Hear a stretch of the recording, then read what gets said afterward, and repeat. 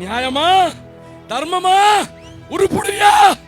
ஏமாற்று கூட்டம் பெற்றெடுத்த தந்தையை, 10 மாதம் சுமந்து பெற்றெடுத்த அப்பாவை, 46 ஆண்டு காலம் உழைத்து இந்த கட்சியை உருவாக்கி இந்த கட்சியுடைய தலைவனாக அன்புமணி உன்னை உருவாக்கி ஐயாவை கொலை செய்ய பார்க்கிறாயே, நியாயமா?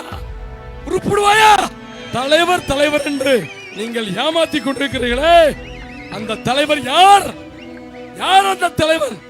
பெற்றெடுத்த தந்தையை ஒருவன் தலவாணி வச்சு அமைக்க கொல்லணுங்கிறான், அவனுக்கு மாநில பொறுப்பு கொடுக்கிற, நியாயமா, தர்மமா, உருப்படியா? சேலம் மாவட்டம் முழுவதும் மருத்துவர் ஐயா கோட்டை.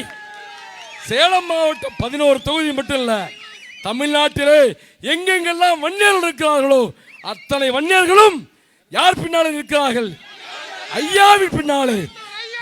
ஏமாற்று கூட்டம் பெற்றெடுத்த தந்தையை, 10 மாதம் சுமந்து பெற்றெடுத்த அப்பாவை, 46 ஆண்டு காலம் உழைத்து இந்த கட்சியை உருவாக்கி இந்த கட்சியுடைய தலைவனாக அன்புமணி உன்னை உருவாக்கி ஐயாவை கொலை செய்ய பார்க்கிறாயே, நியாயமா? உருப்படுவாயா? நான் கேட்கிறேன், மன நொந்து சொல்லுகிறேன். இன்றைக்கு எல்லாரும்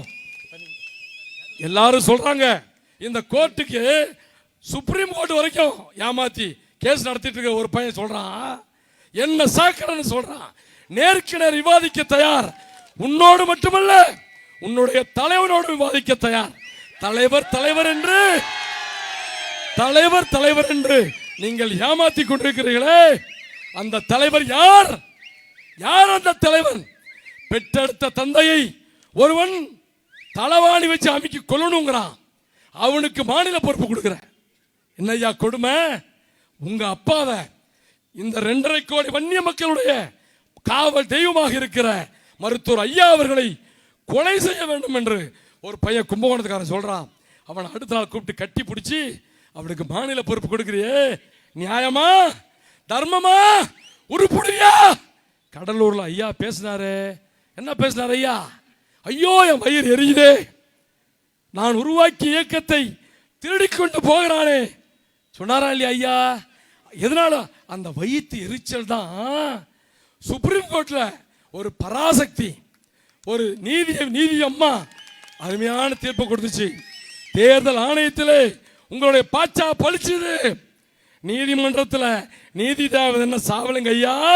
நீதி தேவதை சாவல.